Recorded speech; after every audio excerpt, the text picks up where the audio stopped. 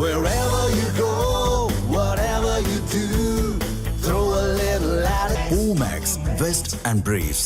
கோவை சூலூர் அருகே 10 வயது சிறுமி கடத்தி கொல்லப்பட்ட சம்பவத்திற்கு அதிமுக பொதுச் செயலாளர் EPS கண்டனத்தை பதிவு செய்திருக்கிறார்.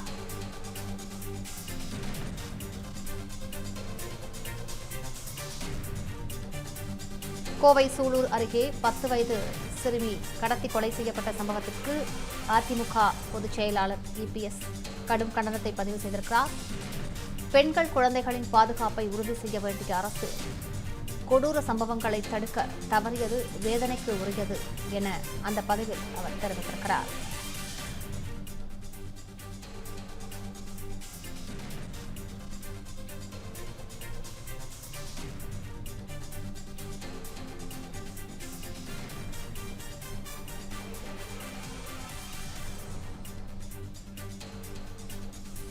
கூடுதல் விவரங்களை செய்தியாளர் கவியரசனிடம் கேட்கலாம். கவியரசன், EPS இந்த கண்டனத்தை பதிவு செய்திருக்கிறார். ஏற்கனவே புதிய அரசு பொறுப்பேற்றது முதலில் இருந்தே பெண்கள் குழந்தைகள் பாதுகாப்புக்காக தீவிரமான நடவடிக்கைகள்லாம் எடுக்கப்பட்டு வருகின்றன. இருந்தாலும் இப்படி ஒரு சம்பவம் நடந்திருக்கிறது, விவரங்க.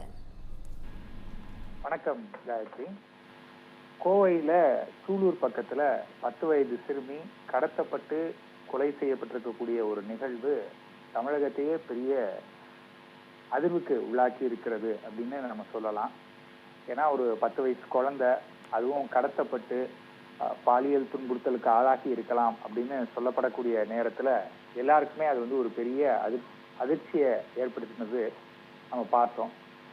அந்த குற்றவாளிகள் மேல கடுமையான நடவடிக்கை எடுக்கணும்னு சொல்லி பெற்றோரும் உறவினரும் வலியுறுத்திட்டு வர்றாங்க.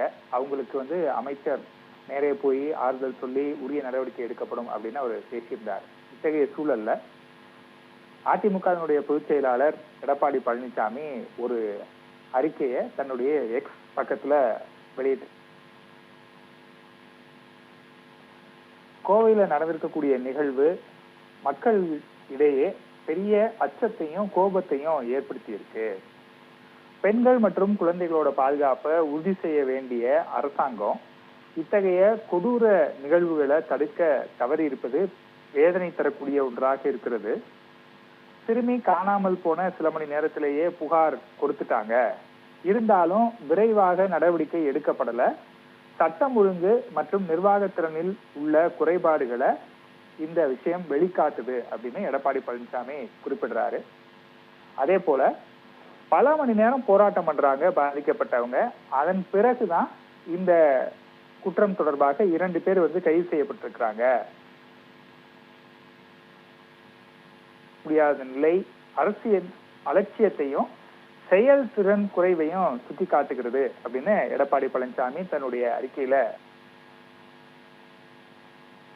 இந்த அரசாங்கம் பெண்கள் பாதுகாப்பு குறித்து வெறும் விளம்பர நடவடிக்கைகளை மட்டும் செய்யாம நிலையான மற்றும் பயனுள்ள பாதுகாப்பு அமைப்புகளை உருவாக்குவதிலும் தீவிரம் காட்டணும்னு நான் வலியுறுத்துறேன்னு கேட்டுக்கிறாரு. அடுத்ததாக, வெறும் ரீல்ஸ் அரசாக இல்லாமல் ரியல் அரசாக நடந்து கொள்ள வேண்டும். இந்த மனிதாபிமானமற்ற குற்றச்செயலை வன்மையாக நான் கண்டிக்கிறேன். குற்றவாளிகளுக்கு சட்டப்படி கடுமையான தண்டனை வழங்கப்பட வேண்டும் அப்படின்னு வலியுறுத்துற அதே நேரத்துல, இனி இது போன்ற குற்றங்கள் நடைபெறாத வகையில பெண்கள் மற்றும் குழந்தைகளோட பாதுகாப்பை உறுதி செய்ய அரசாங்கம் உறுதியான நடவடிக்கைகளை எடுக்கணும் அப்படின்னு எடப்பாடி பழனிசாமி குறிப்பிட்டிருக்கிறார். காயத்ரி,